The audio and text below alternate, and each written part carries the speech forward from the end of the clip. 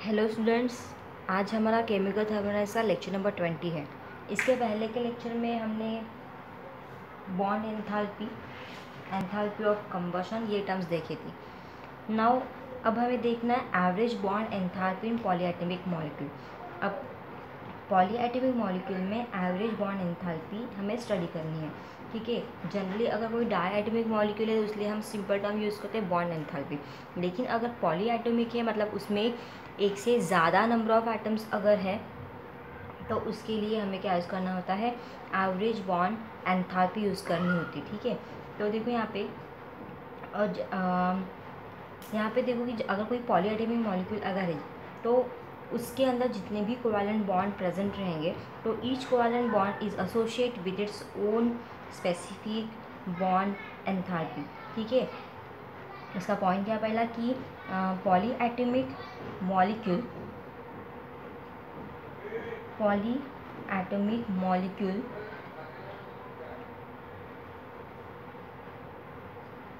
Contain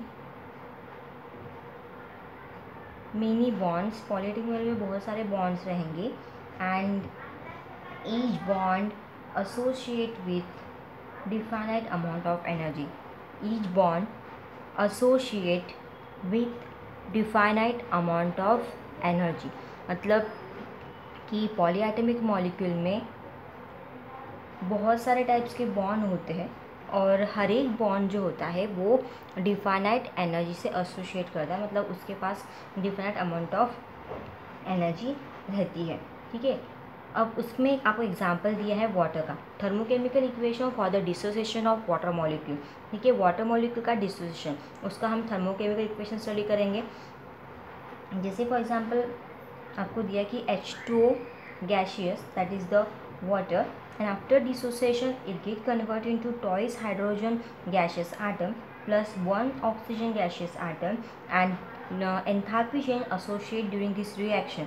जो enthalpy change इस reaction के टाइम पे होता है वो कितना है, 927 किलो जूल। सबसे पहला पॉइंट है कि पॉलीएटॉमिक मॉलिक्यूल में जितने भी कोवैलेंट बॉन्ड रहेंगे, that each covalent bond associate with a definite amount of energy. सभी कोवैलेंट बॉन्ड को उसकी खुद की एक डिफाइनाइट अमाउंट ऑफ एनर्जी रहेगी। जैसे फॉर एग्जांपल आपको कंसिडर करके दिया वाटर का जब हम डिसोसिएशन करते हैं तो after dissociation it get convert into 2 hydrogen atom in gaseous state plus 1 oxygen atom is also in a gaseous state, and during this dissociation there is an enthalpy change accompanied, and that enthalpy change have a value 927 kilo joule, okay।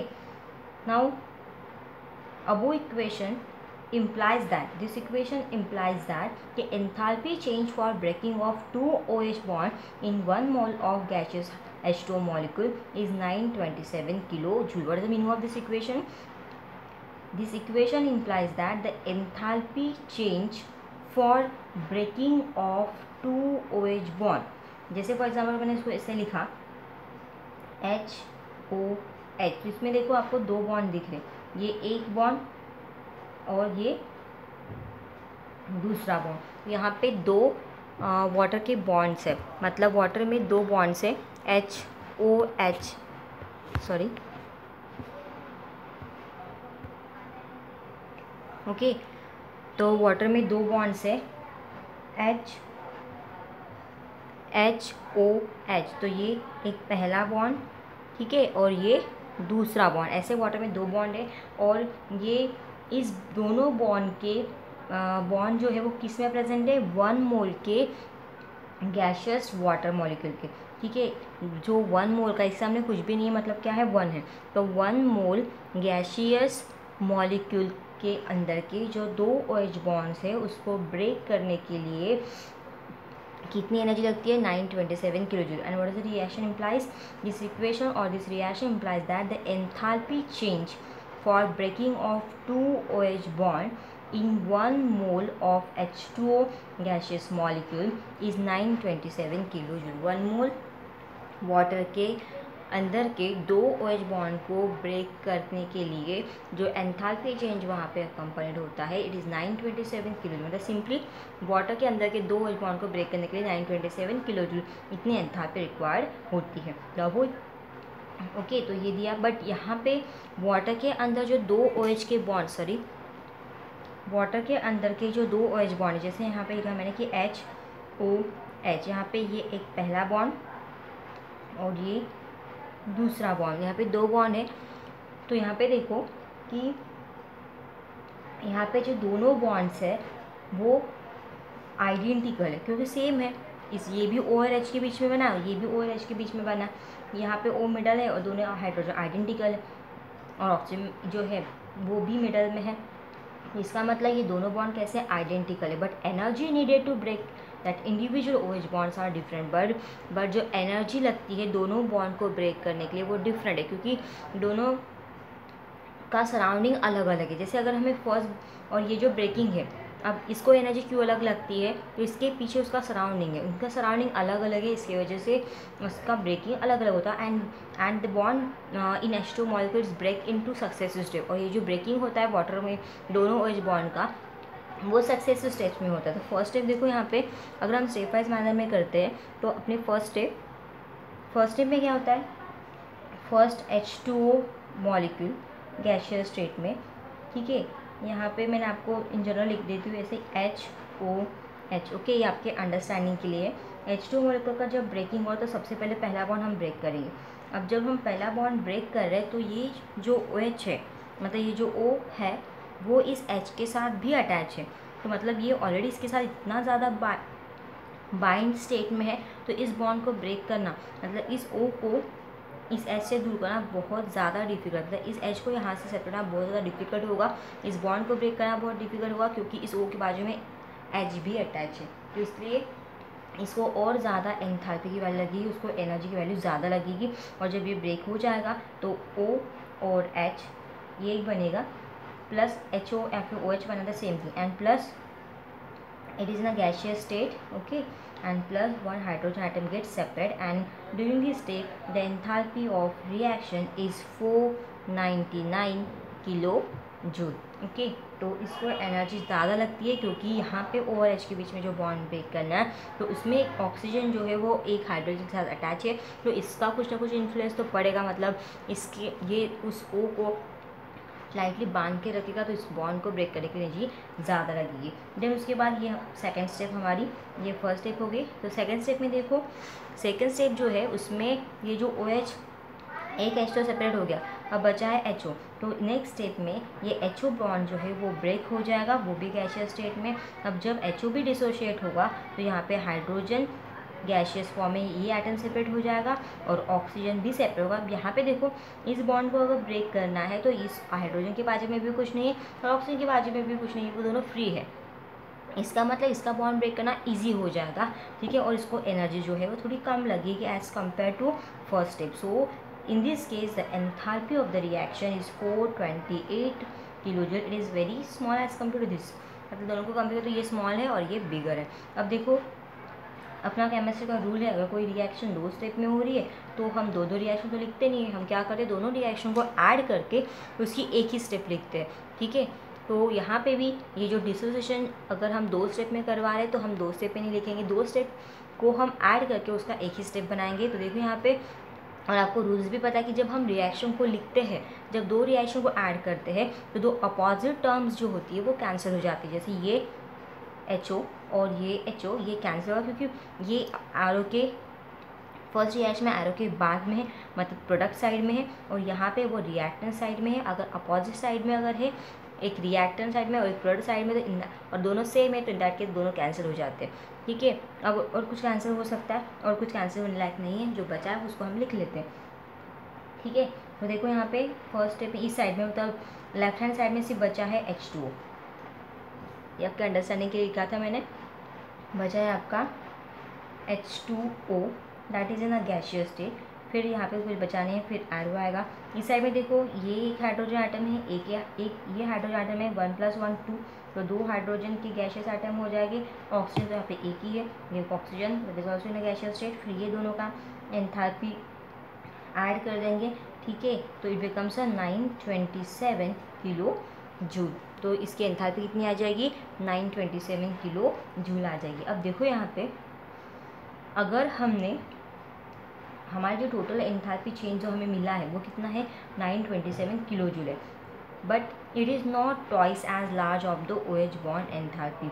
अब generally दोनों OH bond तो identical है, तो दोनों OH को add करके हमें ये मिलना चाहिए था, बराबर है।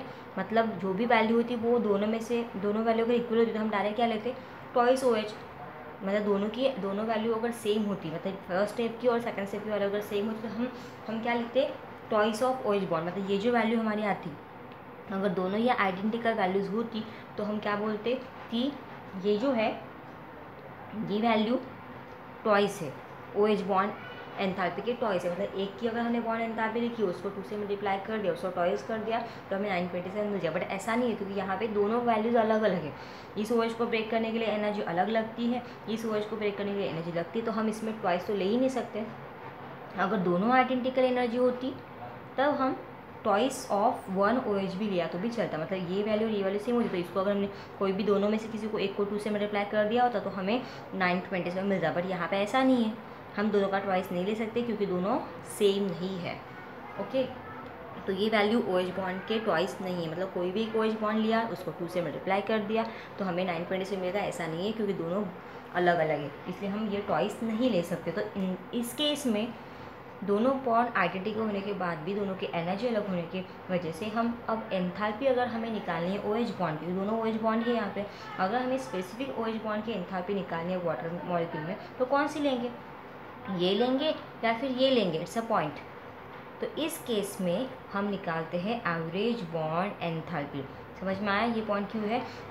हमें अगर एंथैल्पी पूछिए किसकी, OH बॉन्ड के, किसके अंदर की, वाटर मॉलिक्यूल के अंदर की, वाटर मॉलिक्यूल के अंदर की OH की बॉन्ड एंथैल्पी अगर हमें पूछी है तो हम दोनों में से कौन से लिखेंगे, ये कन्फ्यूजन है, ये वाली लिखेंगे क्योंकि ये भी OH की है और ये भी OH की। तो ऐसे केस में हम लेते हैं एवरेज बॉन्ड एंथैल्पी।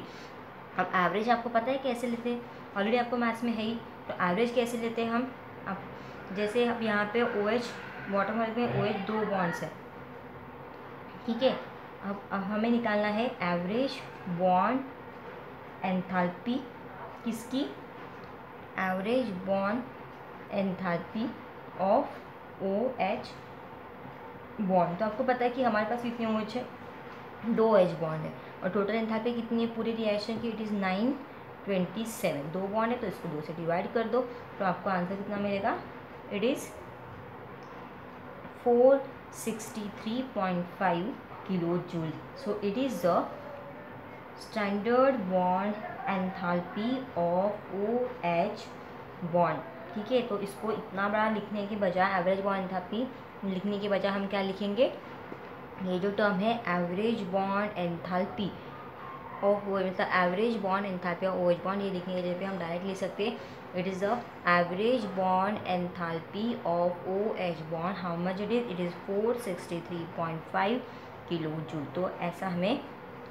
करना है हर एक केस में जहाँ पे, और ये स्पेशली कहाँ पे अप्लीकेबल है, पॉली एटॉमिक मॉलिक्यूल जहाँ पे एक से ज़्यादा नंबर ऑफ आइडेंटिकल टाइप के बॉन्ड्स है बट उसका बैकग्राउंड, उसका सराउंडिंग चेंज होने की वजह से हर एक बॉन्ड की एनर्जी अलग अलग होती है। एक ही टाइप का बॉन्ड है बट एनर्जी अलग अलग होने की वजह से उस टाइम पे हम कौन सी बॉन्ड एंथैल्पी लेंगे वो कन्फ्यूजन होता है। इसकी वजह से हम एवरेज निकालते हैं। अगर 2 रहा तो 2, उस टोटल वैल्यू को 2 से डिवाइड करेंगे, अगर 3 बॉन्ड रहा तो 3 से डिवाइड करेंगे। तो इस तरीके से हम एवरेज निकाल के वो वैल्यू निकालते हैं। It is only applicable for the polyatomic molecule. Next one आपको डू यू नो का दिया है आपके बुक में। तो देखो डू यू नो में पूछा कि in CH4 molecule there are 4 identical CH bond, the bond enthalpy of all 4 CH bonds are different, so breaking of CH bond in CH4 occurs in 4 steps as follows. आपको बोला कि CH4 जो है इस molecule में कितने CH bond है, 4 से। हम अगर उसको स्ट्रक्चर के हिसाब से ड्रॉ करें तो ये सेंटर में कार्बन आएगा, इसमें 4 हाइड्रोजन्स है, तो ये 1 हाइड्रोजन, ये 2nd हाइड्रोजन, ये 3rd और ये 4th हाइड्रोजन। तो स्ट्रक्चर वाइज ये ऐसे हो गया। तो हमें यहाँ पे पता था कि यहाँ पे कितने बॉन्ड्स हैं, कितने CH बॉन्ड है, ये 1 2 3 एंड 4। यहाँ पे 4 CH बॉन्ड है। तो और सारे बॉन्ड की एनर्जी जो है वो अलग अलग रहेगी। 4 आइडेंटिकल CH बॉन्ड है बट सबको ब्रेक करने के लिए एनर्जी कैसे लगेगी, अलग अलग लगेगी, डिफरेंट लगेगी।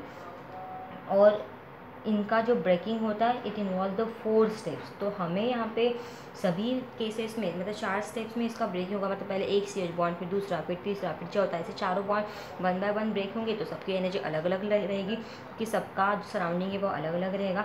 बट अगर हमें एवरेज निकालना है कि हमें एक ही मतलब अब चारों की अलग रहे, तो हमें पूछा कि CH4 में से CH की बॉन्ड एंथैल्पी कितनी है, हम चारों में से किसको लेंगे। तो उस केस में हम क्या निकालते हैं, एवरेज बॉन्ड। देखो यहाँ पे 4 स्टेप्स। सो फर्स्ट स्टेप देखो, फर्स्ट स्टेप में CH4 में से मैंने एक बॉन्ड को, एक हाइड्रोजन का बॉन्ड ब्रेक कर लिया, ये बॉन्ड को ब्रेक कर दिया, ठीक है। ये बॉन्ड ब्रेक हो जाएगा तो यहाँ पे हो जाएगा CH3, C1 2 3 CH3 और ये H, ठीक है। और ये सभी गैसियस स्टेट में आपको लिखना है, सभी गैसियस स्टेट में, इट्स वेरी इंपॉर्टेंट, ओके। और इसका एंथैल्पी चेंज है that is 427 kilo joule. Now second step में देखो, अब हमारे पास CH3 बना है तो हम इसके नेक्स्ट स्टेप में CH3 का बॉन्ड ब्रेक कर देंगे। अभी CH3 में से ये बॉन्ड ब्रेक हो जाएगा तो ये CH3 in gaseous state dissociate to forms CH2 and 1 hydrogen get dissociate and the enthalpy of this reaction is how much, it is 439 kilo joule. ये आपको वैल्यू सब लर्न करनी पड़ेगी, ठीक है। देन थर्ड पॉइंट, अब हमारे 2 हाइड्रोजन ब्रेक हो गए, अब हमारे पास बचा है CH2, तो it involves in next step. Third step में CH2 आएगा तो CH2 में से फिर से एक बॉन्ड ब्रेक हो जाएगा तो बचेगा क्या, CH2 is also in gaseous state, तो we get only CH plus CH gaseous plus hydrogen gaseous and the enthalpy of this reaction how much it is 452 kilo joule. देखो एंथैल्पी बढ़ रही है, पहले 427 थी, फिर 439 है, फिर 452। जैसे जैसे एक ही आइटम कम हो रहा है तो बॉन्डिंग और ज़्यादा बढ़ते जा रहा है, और ज़्यादा ब्रेक करने की एनर्जी उसको रिक्वायर्ड है। तो पहले 427 एक बॉन्ड तो इजीली ब्रेक हो गया, फिर अट्रैक्शन और ज़्यादा बढ़ गया, 439 फिर और ज़्यादा बढ़ गया। मतलब आप जितने आइटम को कम करोगे तो बाकी के आइटम का बॉन्डिंग अपने आप बढ़ जाता है, तो उसको ब्रेक करने के लिए थोड़ा ज़्यादा एनर्जी की रिक्वायरमेंट होती है, इसलिए बॉन्ड एंथैल्पी यहाँ पे बढ़ रही है। बट जो लास्ट स्टेप है उसकी बॉन्ड एंथैल्पी कम है, यहाँ पे CH ही है और C और H के बीच में तो एक ही बॉन्ड है, उनके बैकग्राउंड में भी कुछ नहीं, तो ऑब्वियसली इजीली ब्रेक हो जाएगा, इसलिए इसकी एंथैल्पी बाकी स्टेप के कंपैरिजन में डिफरेंट मतलब कम है।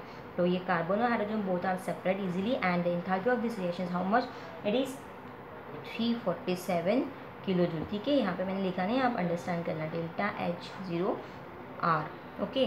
तो यहाँ पे 347 यहाँ पे है 347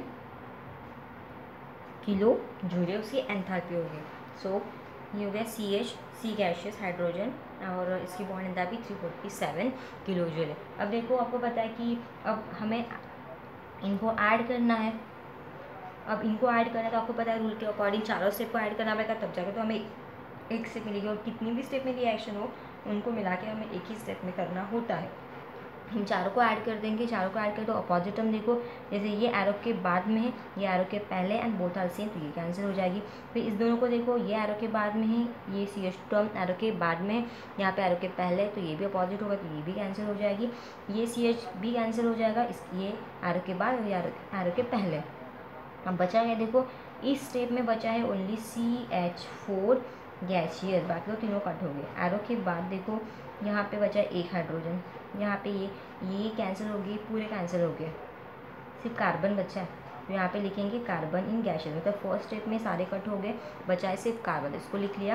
देन उसके बाद देखो हाइड्रोजन 1 2 3 4 सभी सेम है, तो हम सब 4 हाइड्रोजन गैसियस स्टेट लिखेंगे, ये होगी 4 हाइड्रोजन के आइटम, और हम सबकी एंथैल्पी ऐड कर देंगे तो एंथैल्पी ऑफ रिएक्शन कितना हो जाएगा, how much it is 1665 kilo joule इसकी एंथैल्पी। अब देखो सभी इसमें हमने CH बॉन्ड को ही ब्रेक किया है, बट सबकी बॉन्ड एंथैल्पी अलग अलग है, तो इस केस में हम क्या लेंगे, एवरेज। तो हमारे पास एवरेज निकालना अगर है तो एवरेज CH बॉन्ड एंथैल्पी, ठीक है, CH average CH bond enthalpy का, क्योंकि सारे CH बॉन्ड ही ब्रेक हुए तो एवरेज CH बॉन्ड एंथैल्पी निकालनी पड़ेगी, ठीक है, क्योंकि हम किसी एक के वैल्यू को चूज़ नहीं कर सकते इसमें से। तो हम टोटल लेंगे 1665, हमारे पास 4 CH है तो इसलिए 4 से डिवाइड कर देंगे। So how much it is 416 kilo joule mole inverse. और नाउ इसको हम रिप्रेजेंट कैसे करेंगे, enthalpy of bond enthalpy of CH bond, CH को हम ब्रैकेट में लिखेंगे, ठीक है। तो enthalpy of the CH bond is 416 kilo joule mole inverse. तो ये हो गया हमारा पॉइंट। नाउ नेक्स्ट पॉइंट देखो, रिएक्शन एंड बॉन्ड एंथैल्पीज। तो आपका नेक्स्ट टॉपिक जो है that is reaction and bond enthalpy. तो रिएक्शन की एंथैल्पी एंड बॉन्ड एंथैल्पी, उनके बीच में क्या रिएक्शन है, ठीक है। रिएक्शन की एंथैल्पी एंड बॉन्ड एंथैल्पी, इनके बीच में क्या रिएक्शन है।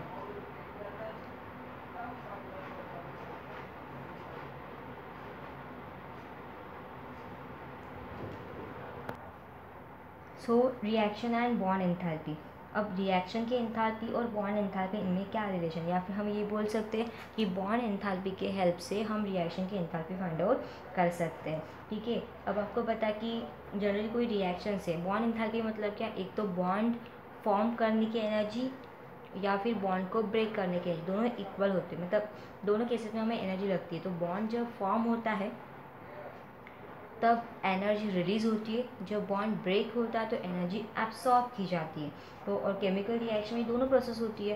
केमिकल रिएक्शन में बॉन्ड पहले ब्रेक होते हैं एंड देन उसके बाद नए बॉन्ड फॉर्म होते हैं। रिएक्टेंट के बॉन्ड ब्रेक होते हैं और प्रोडक्ट साइड में बॉन्ड फॉर्म होते हैं, बराबर है। मतलब पुराने बॉन्ड ब्रेक होते हैं एंड नए बॉन्ड फॉर्म होते हैं।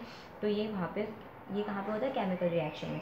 सो enthalpies of reaction involving substance having covalent bond are calculated by knowing the bond enthalpies of the reactant and those in the products। यहाँ पे देखो कि ऐसे सब्सटेंस, मतलब अगर हमें किसी रिएक्शन की एंथैल्पी कैलकुलेट करनी है और उसमें या जो सब्सटेंस इन्वॉल्व हो रहे हैं उस रिएक्शन में that having a covalent bond, तो हम उसको कैसे कैलकुलेट करेंगे, by knowing the bond enthalpies of reactant and those in the product. मतलब रिएक्टेंट की बॉन्ड एंथैल्पी और प्रोडक्ट की बॉन्ड एंथैल्पी क्या है वो पता करके हम कोई भी सब्सटेंस की bond enthalpy calculate sorry enthalpy of reaction calculate कर सकते हैं। मतलब अगर हमें कोई रिएक्शन की एंथैल्पी निकालनी है, कोई भी रिएक्शन है उस रिएक्शन में हमें एंथैल्पी निकालनी है और उस रिएक्शन में सब्सटेंस हम जो यूज़ करने वाले हैं उसमें कोवैलेंट बॉन्ड है, ठीक है। तो उसको अगर हमें निकालना है, मतलब हमें उस सब्सटेंस में जितने भी कोवैलेंट बॉन्ड प्रेजेंट है तो उसकी अगर एंथैल्पी ऑफ रिएक्शन हमें निकालनी है तो हमें सबसे पहले रिएक्टेंट और प्रोडक्ट की बॉन्ड एंथैल्पी फाइंड आउट करनी पड़ेगी। अगर हमें रिएक्टेंट और प्रोडक्ट की बॉन्ड एंथैल्पी मिल गई तो उसके हेल्प से हम रिएक्शन की एंथैल्पी फाइंड आउट कर सकती है। बट उसमें कंपल्सरी क्या होना चाहिए कि जो रिएक्शन में सब्सटेंस मतलब रिएक्शन में जो सब्सटेंस इन्वॉल्व करेंगे उसमें कोवैलेंट बॉन्ड होना ज़रूरी है। अगर कोवैलेंट बॉन्ड है तो ये हम reactant bond enthalpy and product bond enthalpy हम कैलकुलेट करेंगे और with the help of that उसके मदद से हम enthalpy of reaction find out कर सकते हैं। और उसके लिए आपको स्पेसिफिक फॉर्मूला भी दिया हुआ, ठीक है। और कैलकुलेशन में हमें एज्यूम करना पड़ेगा कि all bonds of given types are identical, सारे जो बॉन्ड्स है वो कैसे आइडेंटिकल है, हमें ऐसा एज्यूम करना पड़ेगा। और उसका फॉर्मूला आपको जैसे कि वैसे लर्न करना पड़ेगा, ठीक है, क्योंकि वो आईपीसी कन्वेंशन के हिसाब से दिया है। इसके पहले हम थोड़ा चेंज फॉर्मूला यूज़ करते थे, ठीक है, आपको याद होगा। तो देखो enthalpy change of a reaction, यहाँ पे स्पेस नहीं है तो मैं नीचे लिखती हूँ इक्वल टू, क्योंकि ये एक साथ ही, ठीक है। एंथैल्पी ऑफ रिएक्शन का फॉर्मूला हमें निकलेगा, तो एंथैल्पी ऑफ रिएक्शन को हम डिनोट करते हैं डेल्टा आर एच ज़ीरो से, ओके। तो यहाँ पे लिखते हैं delta R H zero, that is enthalpy change of the reaction, या फिर enthalpy of reaction is nothing but the summation of enthalpy of reactant minus summation of enthalpies of product, ठीक है। जनरली हम इसके पहले क्या लेते थे, आपको पता होगा कि इसके पहले हमने रिएक्शन के एंथैल्पी निकाली तो हमने प्रोडक्ट माइनस रिएक्टेंट लिया है, बट यहाँ पे हम बॉन्ड एंथैल्पी की टर्म में बात कर रहे हैं, तो आपको ध्यान रखना है कि हमें रिएक्टेंट माइनस प्रोडक्ट लेना है। बॉन्ड एंथैल्पी के टर्म में जब लेंगे तब क्या लेना है, reactant minus product. It is according to IUPAC convention. Okay, तो आपको ये याद रखना पड़ेगा, इट्स वेरी वेरी इंपॉर्टेंट। अगर आप प्रोडक्ट माइनस रिएक्टेंट करोगे तो आपके मार्क्स चले जाएंगे। इवन आप अगर प्रॉब्लम भी यूज़ करोगे तो प्रॉब्लम भी गलत हो जाएगा। तो आपको रिमेंबर करना है कि बॉन्ड एंथैल्पी की जब टर्म आती है तब इस फॉर्मूले में हमें रिएक्टेंट पहले लेना है और प्रोडक्ट बाद में लेना है, क्योंकि